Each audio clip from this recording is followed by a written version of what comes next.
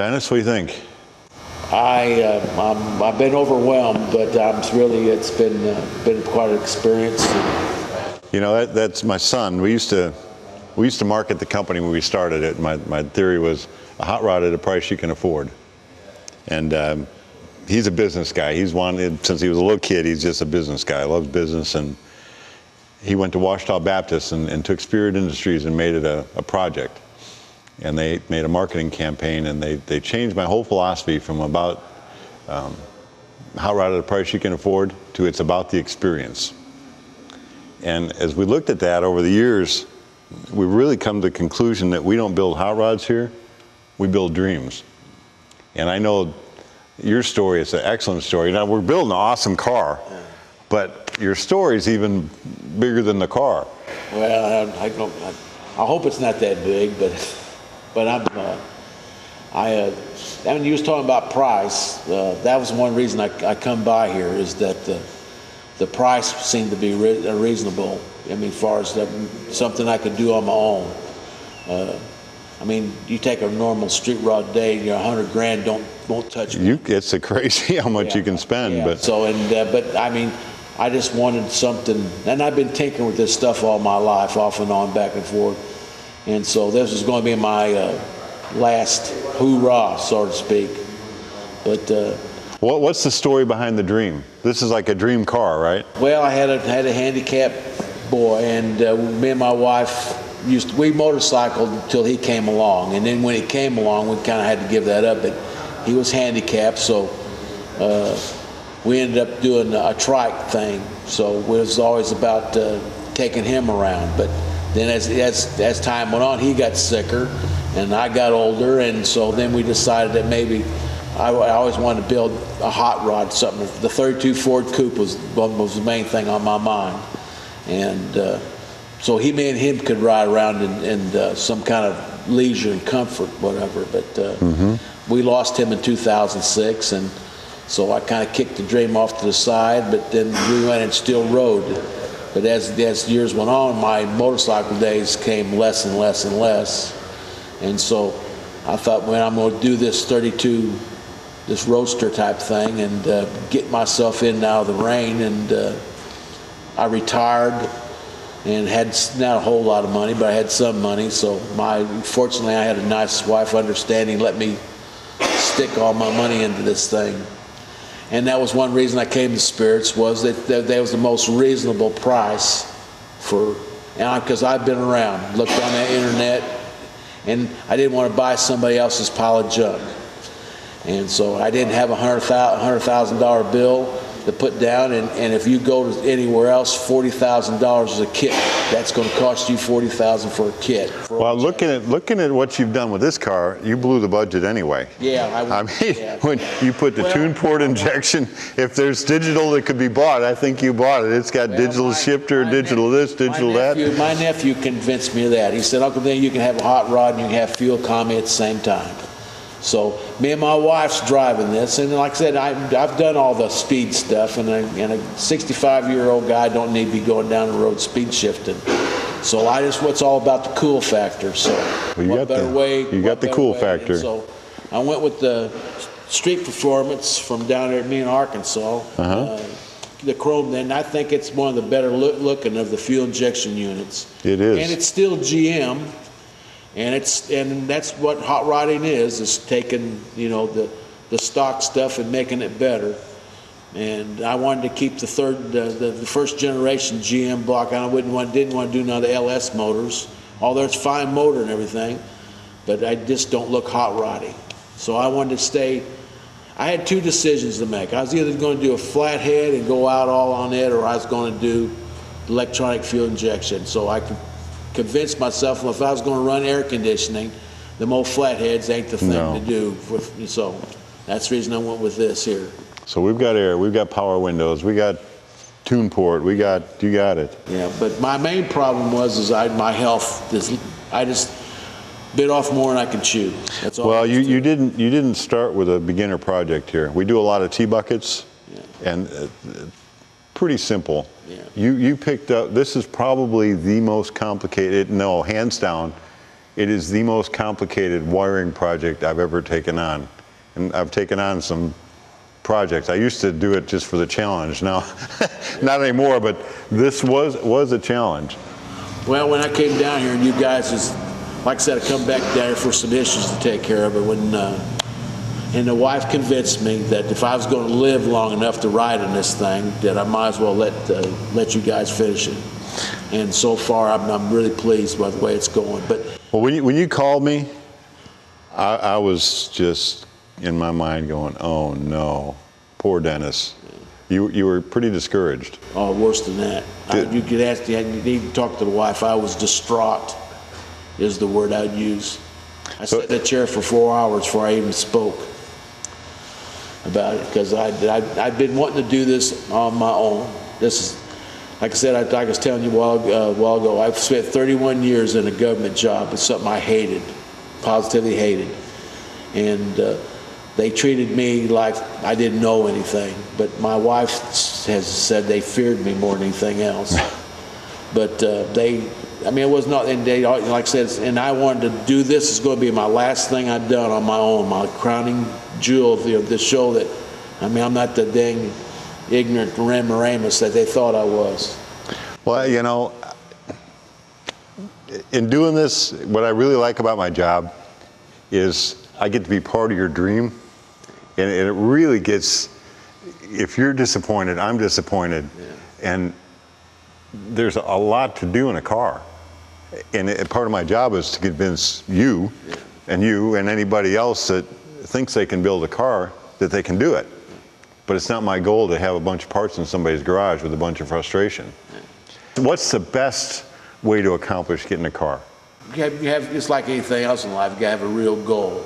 And you gotta be realistic about it. And like I said, I had two plans. I was going to either go flathead or I was going to do this other. And my nephew called it the wow factor. So we went to the junkyard and looked at some tune port stuff and looked at the aftermarket thing. And this thing, if you're going to stick this in a Camaro or a pickup truck or something, who cares what it looks like? They're all just worried about rolling. This is a rolling. To me, this is like a piece of artwork. It is running down the road. And so that was where I put my budget, was in the intake, chrome intake and everything, and that's what makes it. And so every car's got to have a wow factor, regardless what it is. And that was going to be my wow factor. So I blew my budget pretty much on the motor and the intake and everything. And then, like I said, I got issues, and then main thing is I'm just not the person I used to be. I used to could do 8 hours of work and then come home and do another 8 hours. But now I'm lucky to get 3 hours put in. And well, when you talked to me on the phone, in my mind I'm thinking, oh no, this thing is a mess. And when you told me you were coming down, you were here in 2 weeks. You came 2 weeks ago, right? Yeah. When you showed up with this car, and it was wrapped, I've never seen one put together and yeah, this was wrapped and ready to go on the trailer, and we started taking it apart, and it had bubble wrap on it, and as we were taking it apart, I'm looking at this car going, wow, this is awesome. What you've accomplished so far, we didn't assemble it, we didn't paint it, we didn't put the motor together. So far, what we've done is we tightened up a lot of. Made me feel a lot better, Bob. I really was, because like I said, I wanted to do this on my own, and then my wife convinced me that I wasn't going to get it done. I tell you what, I own a hot rod shop, yeah, and I guarantee I didn't want to do this on my own. Yeah. I've got some talented people here, each with a lot of expertise. Yeah. So it took a team to put it together, and that's really what it takes to build any car. Yeah. If you get your wife involved, or you get some friends involved, and people that know what they're doing. I had a bunch of people said they was going to come, but they didn't come. And they, of course, everybody, this fuel injection computer stuff is out of everybody. We're us boomers. This ain't our stuff. Now Elderbrock and Holly, I knew all that, but this was something completely different. Even my car today, my car I drive, I take it to the shop. You got to have someplace to plug it in. And a guy with a $10,000 monitor system, find out what's wrong with it. So, Well, that's where we're at on this one. yeah. So it's been here 2 weeks now. yeah, this is the future. And your biggest concern, and just because they look good, it's not yard art. No. Does it run? Yes. And if it runs, how good does it run? Right. That hadn't worried you a bit, has it? No, I was like telling Randy this morning. I wanted to be here. I told him I wanted to be here when they first fired it up, but I really didn't want to be here. But and then I know if I, as a technician, firing one up for because Randy didn't put this thing together. I brought this in here. He don't know. There may be tin cans in them piston holes. He didn't know. So I knew he was going to be under stress. So this morning we come through the door, I smelt engine gases, and so Mary looked down and she said, "They've started." I said, "Yeah." So well, we were going to do reality TV and make it look like, well, this is the first start ever. But last night, pretty late actually, we were down here, and Randy and Sean and Eddie and myself, and we actually started it. And it had issues. I mean, it like everything. There was one of the wires was off of one of the pins, and only half of it was firing. And you know, it took. I didn't need to be here. No. I didn't need to be here. And then, you know, I put gas in it. We ran it for a while, and then all of a sudden we're losing the fuel pressure. Yeah. And then it's getting worse. Yeah. And we're like, oh no. And I had to go in the office to do something else, and Randy come in and. Well, we ran out of gas. Yeah. So we just put some new gas in here. You got $20 more to play with here of the ethyl. Isn't that what they used to call it? Ethyl, the high test stuff. Although we got no lead in there probably. Well, you want to turn the key? You want to see if it fires? Yeah, we can. I'll let you turn the key on it. No, you need to turn the key. Let's right. make sure we're in park though. I don't want to run over the cameraman. Bob would be. He's already got a bad hip over there. All right, here we go. Well, hey, Randy, come in here. Is this ready to go? Randy's. Yeah, Randy. I tell you, get on the other side there, Randy, and then we'll do it together. How's that? All right. Here we go.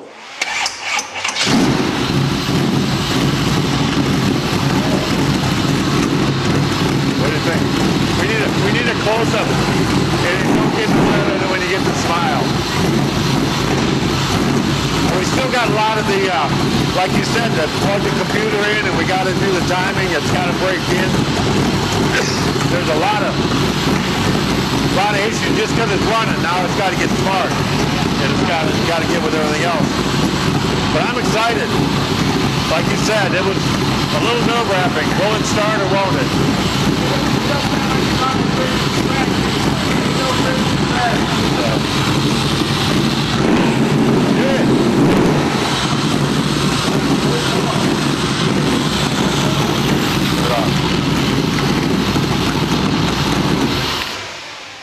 Well, there you go, friends and family. It runs. It runs. And what was your son's name again, so everybody knows? Christopher was the guy who was supposed to be right over there. And when we get done, we're going to get a nameplate somewhere. We're going to get some kind of nice plate. And anyway, the name of this is Christopher's Ride. That's the name of the project. I just admire you for anyone that raises a severely handicapped child and is dedicated to it. All the credit goes to my wife. And come over here. Yeah, come on. She's videoing too. Come on, join the. Here. Mary's the one. We're going to do the YouTube video. This is Mary. This is the woman of the year, the month. Hello. Trust me, everybody. All I did is carry the load. She had everything else. I just helped her pack it, and if it wasn't for her, I wouldn't make it. And then she's the one that's graciously let me do this. Well, we come down here to order it, and we left, and he said that's no. another thing. I was on my way out. I wasn't even going to buy it. And she was in the office and already doing it, so it's her fault. It's my fault. It's my fault. I stressed him out so bad. Well, it's coming together. This is going to be a beautiful car, and it's going to be a beautiful car pretty soon, and you'll be driving it. Well, you guys, when I brought it down here, I thought I was, how I felt like I was, I was a failure, and that I couldn't get it done, and I wasn't smart enough to get it done, and then you guys said and looked at it and was started, your words of encouragement, he really, I went back home and I felt better. I still feel defeated, but I feel better that. I'm going to get something. Now, if I was him, I wouldn't feel very frustrated because this is just some of the wiring schematics. and some of the different things that it took to build this car. So there's more to it than just a little bit. I tried to save everything anyway. Yeah. Well, it's a lifesaver to have that. Yeah. So there's the story. The story is excellent. The story is more important than the car, but we're going to show more video of the car as it comes together, and YouTube and everywhere else, and Facebook. Yeah, We're excited. Thank these guys personally for stepping in and helping me out with it. I mean, I really do, because it's been. Yes, and he didn't need to be here when they had trouble in the beginning, because it would have been bad. Dennis, we appreciate you. This is good. This is good. Randy.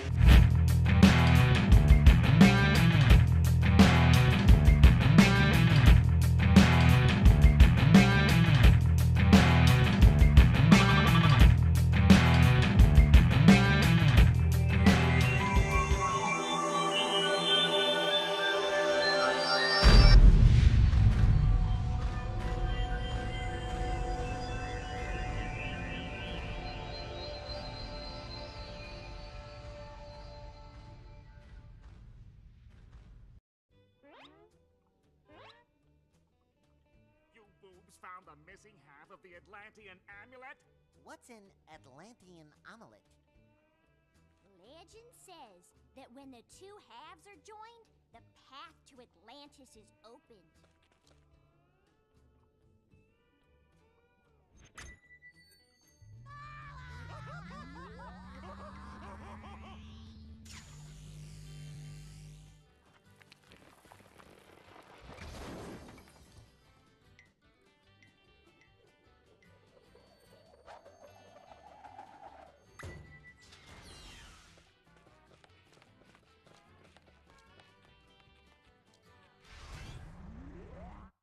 Okay, gang, after all that excitement in the museum, it's time for a relaxing musical interlude. Wait for the notes to get to the right spot first. Don't hit them too soon. If you make too many mistakes or don't hit the notes, then the bus will run out of fuel before we reach Atlantis. After each one of us takes a turn,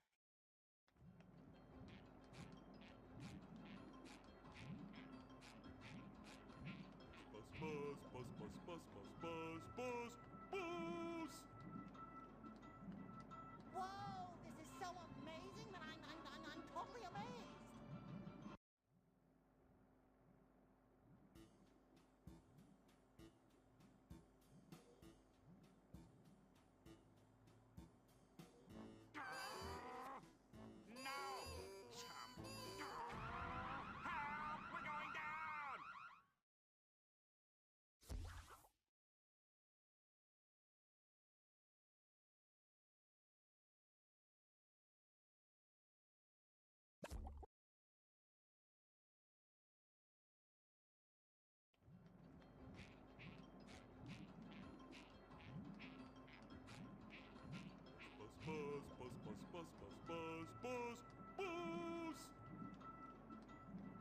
Whoa, this is so amazing that I'm totally amazed.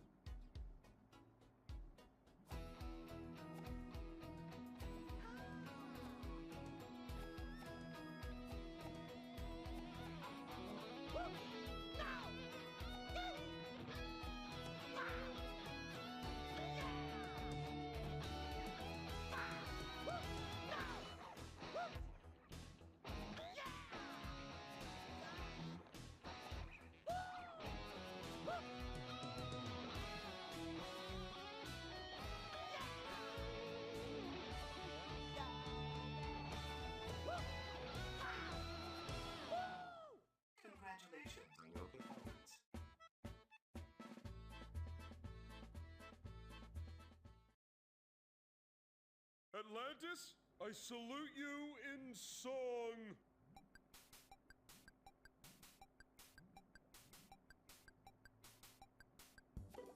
Nope, nope, nope, nope. Weird. Nope, weird. Uh-oh. Icky. Why is the ground getting closer? Oh.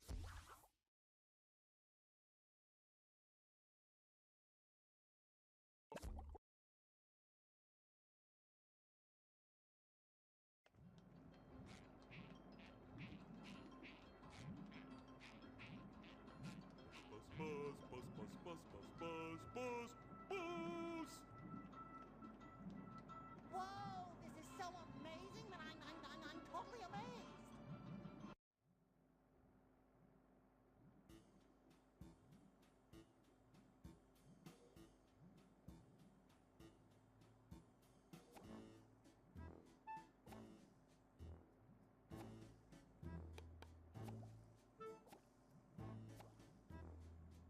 Way to go!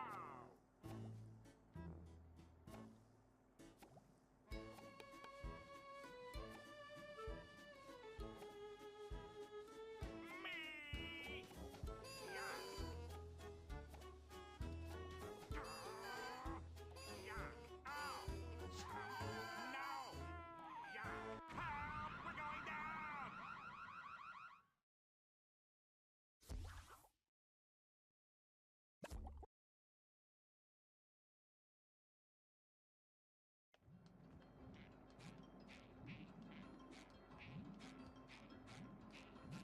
Buzz, buzz, buzz, buzz, buzz, buzz, buzz, buzz! Whoa, this is so amazing that I'm totally amazed.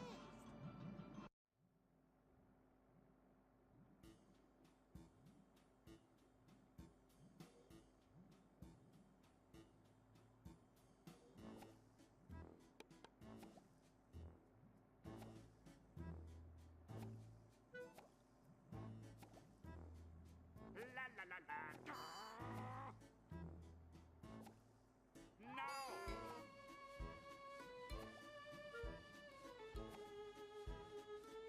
Me! Yuck!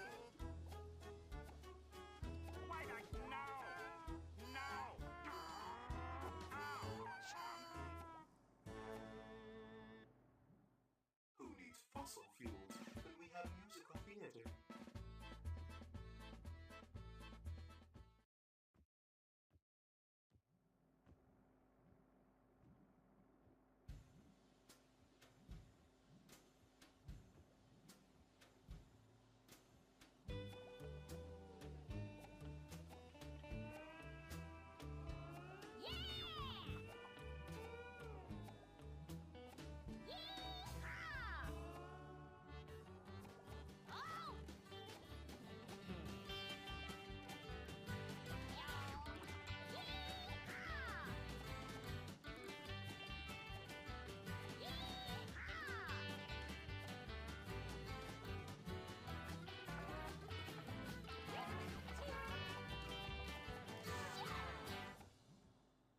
I am pleased to announce the positive result.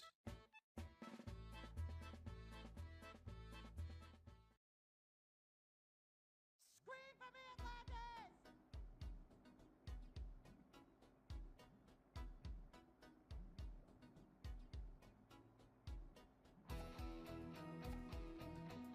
Yeah. Uh-oh. Whoop! Whoop! Scream for me, Atlantis! Whoop! Whoop!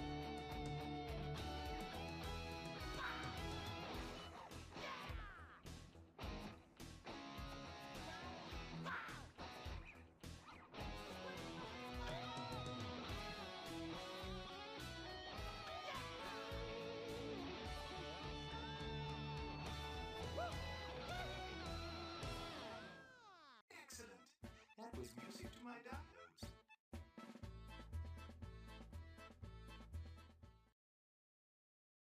Atlantis, I salute you in song.